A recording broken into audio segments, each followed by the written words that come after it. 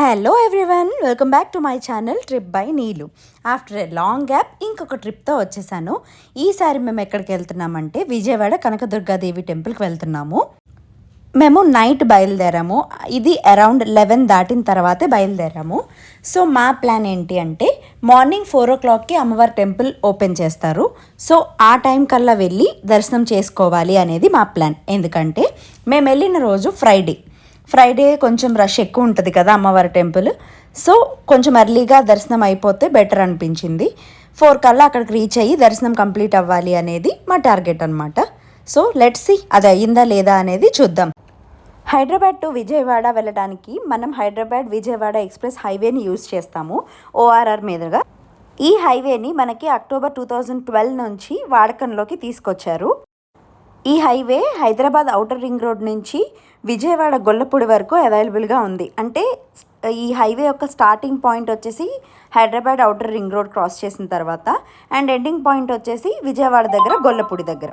ఈ total Hyderabad to Vijayawada జర్నీలో మనకి 4 టోల్ ప్లాజాస్ ఉంటాయి. అవి పతంగి, కొర్లపాడు, చిల్లకల్లు, కీసర, ఈ 4 టోల్ ప్లాజాస్ ఉంటాయి. ఈచ్ టోల్ ప్లాజా కాస్ట్ వచ్చి గూగుల్ ప్రకారం 70 rupees per single journey. Hyderabad నుంచి విజయవాడ డిస్టెన్స్ వచ్చేసి 359 కిలోమీటర్స్ వస్తుంది. అదే రోడ్ డిస్టెన్స్ అయితే మాత్రం 275 కిలోమీటర్స్ వస్తుంది. ఈ హైవేలో మనకి కృష్ణ, సూర్యాపేట్, నల్గొండ, యాదాద్రి, భువనగిరి, మేడ్చల్, మల్కజ్గిరి, రంగారెడ్డి, హైదరాబాద్ ఈ డిస్ట్రిక్ట్స్ అన్నీ కూడా కవర్ అవుతాయి. ఇందులో మేజర్ సిటీస్ వచ్చి సూర్యాపేట్ అండ్ అలాగే నందిగామ, కోదాడ్, నకరికల్, చిట్యాల, చౌటుప్పల్ ఇవన్నీ కూడా ఈ రూట్లో ఉండే టౌన్స్ అన్నమాట. ఇంకా విలేజెస్ దగ్గరకు వస్తే పరిటాల, కంచించర్ల, నర్కట్పల్లి ఈ 3 కూడా విలేజెస్ ఈ రూట్లో కవర్ అవుతాయి. విజయవాడ అనగానే మనకందరికీ గుర్తొచ్చేది దుర్గామాతే. కృష్ణా నదీ తీరాన వెలిసిన ఈ అమ్మవారు భక్తులందరి కోరికలను తీర్చే కొంగు బంగారంగా ప్రసిద్ధిగాంచింది. దుర్గామాతను మహిషాసురమర్దిని అని కూడా అంటారు. మహిషాసురుడు అనే రాక్షసుడిని వధించినందుకే అమ్మవారికి ఆ పేరు వచ్చిందని పురాణాల్లో చెప్పారు. కలకత్తా, చెన్నై నగరాలకు సరిగ్గా నడుమ ఉండే ఈ నగరంలో అమ్మవారి ఆలయం ఉంది. అంతేకాదు దక్షిణ మధ్య రైల్వేల్లో అతిపెద్ద జంక్షన్ కూడా బెజవాడనే. భారతీయ రైల్వే పెద్ద జంక్షన్లో బెజవాడ ఒకటి. దసరా నవరాత్రుల వేడుకలను విజయవాడ నగరంలో ఘనంగా నిర్వహిస్తారు. దుర్గామాతను 9 రోజుల పాటు 9 ప్రత్యేక రూపాల్లో అలంకరించి ప్రత్యేక పూజలు నిర్వహిస్తారు. 8వ శతాబ్దం పురాణాల ప్రకారం విజయవాడ కనకదుర్గమ్మ ఆలయాన్ని అర్జునుడు నిర్మించినట్లు తెలుస్తుంది. పాండవల్లోని అర్జునుడు ఇంద్రకీలాద్రి దగ్గర తపస్సు చేసి పరమేశ్వరుణ్ణి నుంచి పాశుపతాస్త్రాన్ని పొందుతాడు. తాను చేసిన యుద్ధంలో విజయం దక్కాలని పరమేశ్వరుణ్ణి కోరతాడు. అందుకే ఈ ఊరికి విజయవాడగా పేరొచ్చింది. దక్షిణ భారతదేశంలో ప్రముఖ ఆలయాల్లో ఒకటైన దుర్గా మల్లేశ్వరి దేవాలయాన్ని 8వ శతాబ్దంలో నిర్మించినట్లు కొన్ని ఆధారాలున్నాయి. అయితే ఈ ఆలయ నిర్మాణానికి సంబంధించి మరికొన్ని కథలు కూడా ప్రచారంలో ఉన్నాయి. పూర్వకాలంలో విష్ణుకుండిన రాజు మాధవవర్మ అనే రాజు బెజవాడ నగరాన్ని పాలించే ఆయనకు చాలా కాలం తర్వాత ఆ రాజు దంపతులకు పుత్రుడు జన్మిస్తాడు. తను కూడా ఒక తండ్రిలాగా నీతి, నిజాయితీ, ధర్మంగా ఉండటంతో అందరూ తనను ఇష్టపడేవారు. అయితే ఓ రోజు రాకుమారుడు పెంకి గుర్రంతో కూడిన రథంతో బయలుదేరాడు.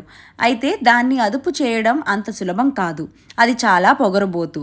దీంతో రాజు భటులు విధుల్లో హెచ్చరికలు చేస్తూ పరుగులు తీశారు. అయితే అప్పుడక్కడున్న బాలుడు ఆటల్లో మునిగిపోవడంతో తనకు వారి మాటలు వినిపించలేదు.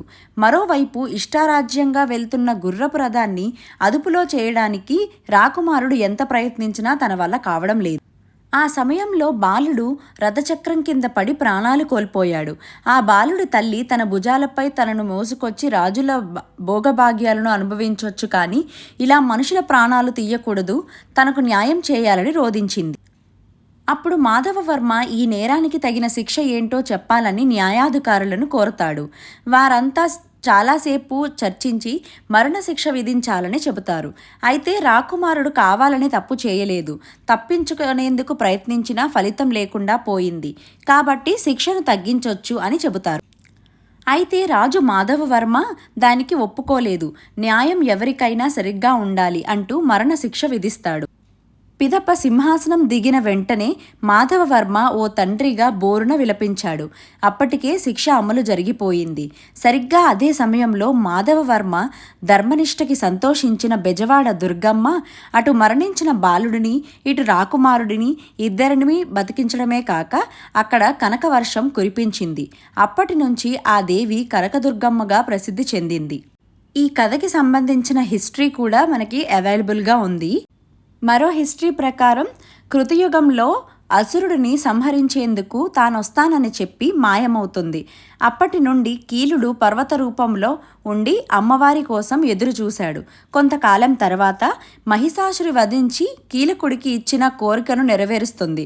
ఆ మేరకు మహిషాసురమర్దిని రూపంలో ఇంద్రకీలాద్రిపై వెలిసినట్లు శాస్త్రాల ద్వారా తెలుస్తుంది. అనంతరం ఇంద్రాద్రి దేవతలు కీలాద్రికి వచ్చి దుర్గామాతను పూజించడం వల్ల ఈ పర్వతానికి ఇంద్రకీలాద్రి అనే పేరొచ్చింది. అమ్మవారు ఇక్కడ కనకవర్ణ శోభితురాలై ఉండడం వల్ల కనకదుర్గ అనే పేరు వచ్చింది. ఈ ఆలయానికి మూడో కథ కూడా ఉంది. ఈశ్వరుడు ఇక్కడ మల్లయుద్ధం చేశాడు. అందుకే మల్లికార్జునుడిగా పిలువబడుతున్నారు. జగద్గురు ఆదిశంకరాచార్యులు జ్యోతిర్లింగం అదృశ్యం అవ్వటాన్ని గమనించి అమ్మవారి ఆలయ ఉత్తర భాగాన మల్లికార్జునుడికి విగ్రహాన్ని పునఃప్రతిష్ఠించారు. దక్షిణ భాగంలో ఉండే అమ్మవారికి దసరా నవరాత్రుల వేళ ప్రత్యేక పూజలు నిర్వహిస్తారు. ఈ పవిత్రమైన రోజుల్లో అమ్మవారిని దర్శించుకున్నట్కే సకల పాపాల నుండి విముక్తి లభిస్తుందని చాలామంది నమ్ముతారు. మన దేశంలో పూర్వకాలం నుండి నేటి ఆధునిక యుగం వరకు ఎన్నో అద్భుతమైన దేవాలయాలు మన సంస్కృతిని, ఆనాటి కథలను చాటి చెబుతూ మన చరిత్ర గురించి, వాటి విశేషాల గురించి తెలిసేలా చేస్తుంటాయి.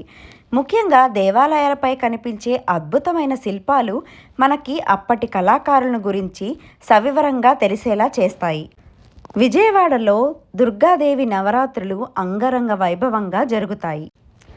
వర్షాకాలం తర్వాత జరుపుకునే ఈ నవరాత్రులను శారద నవరాత్రులు అని పిలుస్తారు. ఈ సమయంలో పశ్చిమ బెంగాల్, మహారాష్ట్ర, గుజరాత్, కర్ణాటక, తెలుగు రాష్ట్రాల్లో ఈ వేడుకలను ఘనంగా నిర్వహిస్తారు. ఆంధ్రాలో బెజవాడ కనకదుర్గమ్మను 9 ప్రత్యేక రూపాల్లో అలంకరించి పూజలు చేస్తారు. తెలంగాణలో అయితే బతుకమ్మ సంబరాలను జరుపుకుంటారు. అయితే ఈ కాలంలో చాలామందికి సెలవులు దొరకడంతో భారతదేశంలోని ప్రముఖ దేవాలయాలను సందర్శించడానికి వెళ్తుంటారు. అలాంటి వారంతా నవరాత్రుల వేళ శ్రీ ప్రముఖ దేవాలయాలను తప్పక దర్శిస్తారు. అదే ఈ విజయవాడ దుర్గాదేవి ఆలయం. దేవాలయం గురించి కథలన్నీ చెప్పుకుంటూ మనం విజయవాడలోకి ఎంటర్ అయిపోయాం. సో ఫైనల్లీ మేము విజయవాడ రీచ్ అయ్యేటప్పటికి టైం వచ్చేసి అరౌండ్ 3:45 to 4 అవుతుంది. సో 3:45 to 4 ఇదే టైం అవుతుంది. ఇప్పుడు మనం ఇక్కడి నుంచి టెంపుల్కి వెళ్తున్నాం. విజయవాడ టెంపుల్ అనేది రైల్వే స్టేషన్కి, బస్ స్టాప్కి కూడా దగ్గరలోనే ఉంటుంది. మనకి ఎర్లీ మార్నింగ్ 4 ఆ టైంకి కూడా ఆటోస్ అనేది అవైలబుల్ ఉంటాయి అక్కడ.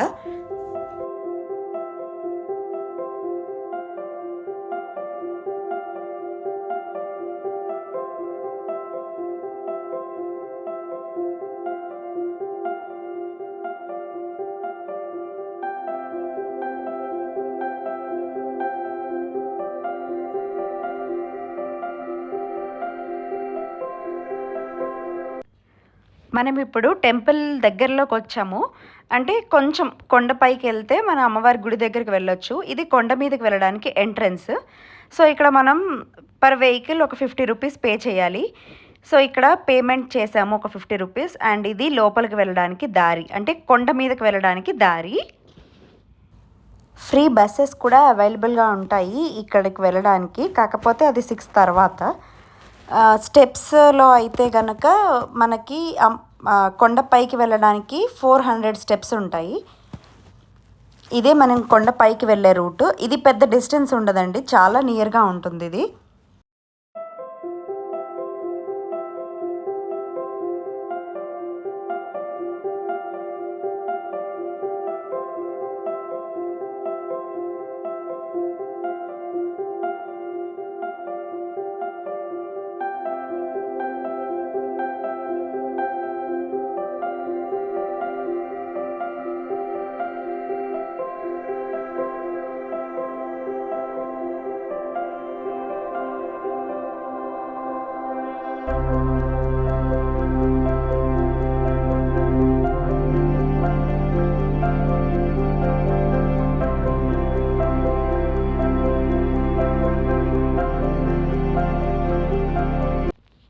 సో ఫైనల్లీ మనం అమ్మవారి టెంపుల్కి అయితే వచ్చేసాం, అంటే కొండ పైకి వచ్చేసాము.